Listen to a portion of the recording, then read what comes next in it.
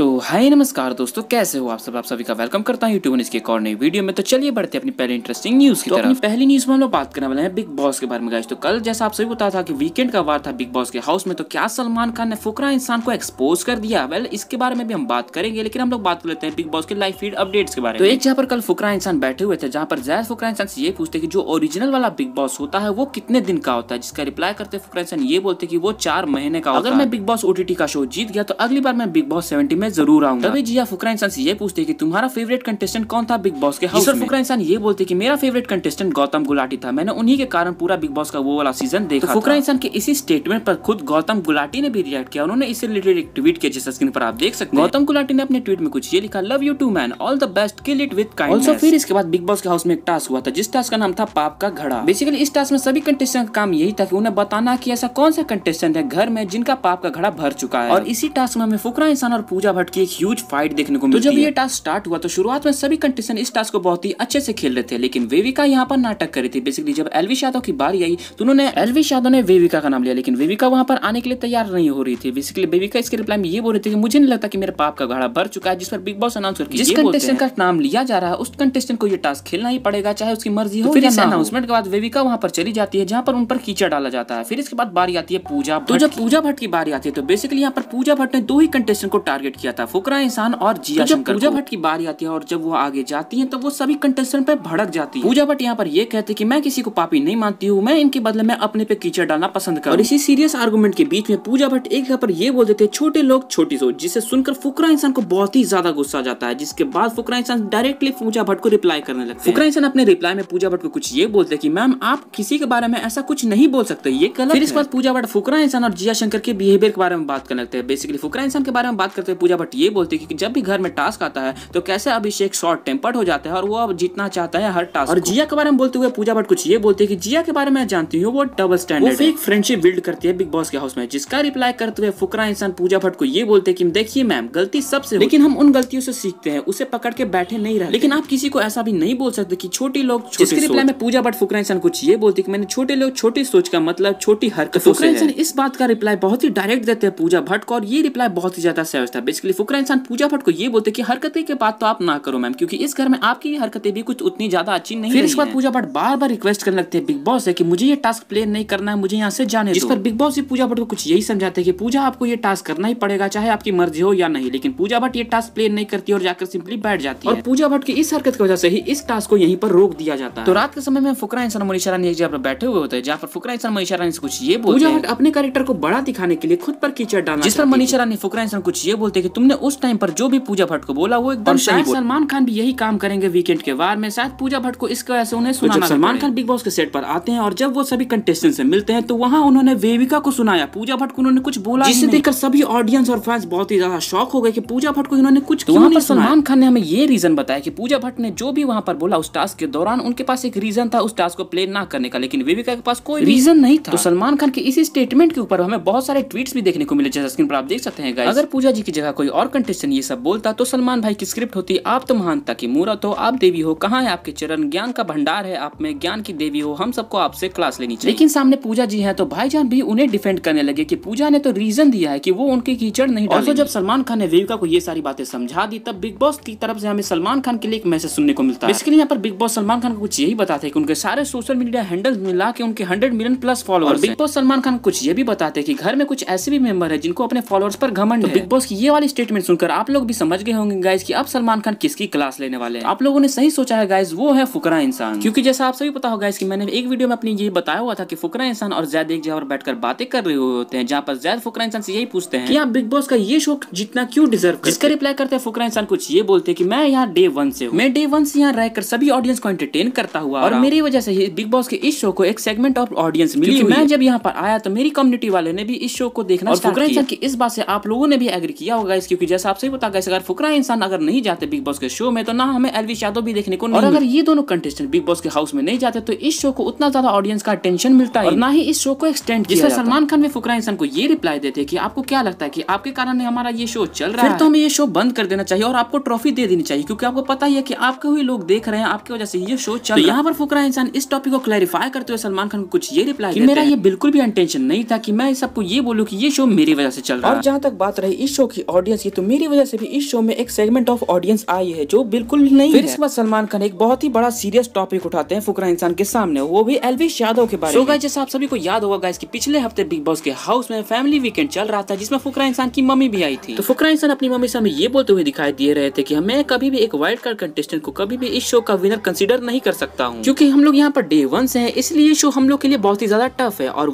जहाँ तक बात रही वाइल्ड कार्ड कंटेस्टेंट की, वो तो हम लोग के बाद उसे एक पर्टिकुलर आइडिया तो जरूर होगा कि बिग बॉस के हाउस में अभी क्या चल रहा है और कैसे रहना है वहाँ। और जब फुकरा इंसान ये सारी बातें बोल रहे थे तो उनके अंदर से हमें बहुत ही अलग सा एग्रेशन देखने को मिल रहा था। फुकरा इंसान सलमान खान कुछ ये बोलते हैं कि मैं वहाँ जो भी बोल रहा हूँ वो एग्रेशन में लग रहा होगा, लेकिन मेरा इंटेंशन बिल्कुल भी ऐसा नहीं। लेकिन फुकरा इंसान को भी इन सारी बातों का बहुत ही ज्यादा बुरा लग रहा था, क्योंकि ये सारी बातें उन्होंने एल्विश यादव के लिए बोली। जब इस एपिसोड का शूट खत्म हुआ और सभी घर चले गए, उसके बाद फुकरा इंसान भी मनीषा रानी से कुछ ये बोल रहे थे कि मेरा बिल्कुल भी ये इंटेंशन नहीं था कि मैं एल्विश यादव को नीचा। और इसी जगह पर एल्विश यादव भी आ जाते हैं, जहाँ पर एल्विश यादव फुकरा इंसान को कुछ ये समझाते हैं कि मुझे तेरी बातों का बिल्कुल भी बुरा नहीं लगा। जो भी ये सारी बातें बोली है वो मुझे पता है कि तूने किस इंटेंशन से बोली है। ये सभी बातें मैं समझ सकता हूँ, मनीषा समझ सकती है, लेकिन बहुत सारे लोग हैं ऐसे जो नहीं समझ सकते ये सारी। और यही बात तू किसको किसको जाकर समझाएगा कि मैं ऐसा नहीं, मैं ऐसा। इसीलिए अगर जब तू ये बातें अगली बार से करेगा तो इन बातों को थोड़ा क्लियर कर देना कि लोगों को ये डबल स्टैंडर्ड ना लगे। कुछ रिपोर्ट्स की माने तो इस हफ्ते हमें बिग बॉस के हाउस में डबल एविक्शन देखने को मिल रहा है, और कुछ रिपोर्ट्स की माने तो हमें इस बार बिग बॉस के हाउस से जायद हदीद और अविनाश बाहर निकलते हुए दिखाई दे रहे हैं, जैसा स्क्रीन पर आप देख सकते हैं। ये बात तो रात में पता चलेगी गाइस कि इस बार बिग बॉस के हाउस में डबल एविक्शन होगा कि नहीं, और अगर बिग बॉस के हाउस में डबल एविक्शन होगा भी तो वो कौन से 2 कंटेस्टेंट होंगे जो बिग बॉस के हाउस को छोड़ेंगे। तो इस पर आपका क्या रिएक्शन है गाइस, मुझे कमेंट सेक्शन में जरूर बताइए। यार गाइस इस वीडियो में इतना ही, मिलता हूँ कल एक और इंटरेस्टिंग वीडियो के साथ। अगर ये वीडियो आपको थोड़ी सी भी पसंद आई हो तो आप इस वीडियो को लाइक कर सकते हैं, मेरे चैनल को सब्सक्राइब कर सकते हैं, क्योंकि मैं डेली लाता हूँ ऐसी वीडियो आप सभी के लिए। तो चलिए मिलता हूँ कल एक और वीडियो के साथ, तब तक के लिए बाय बाय।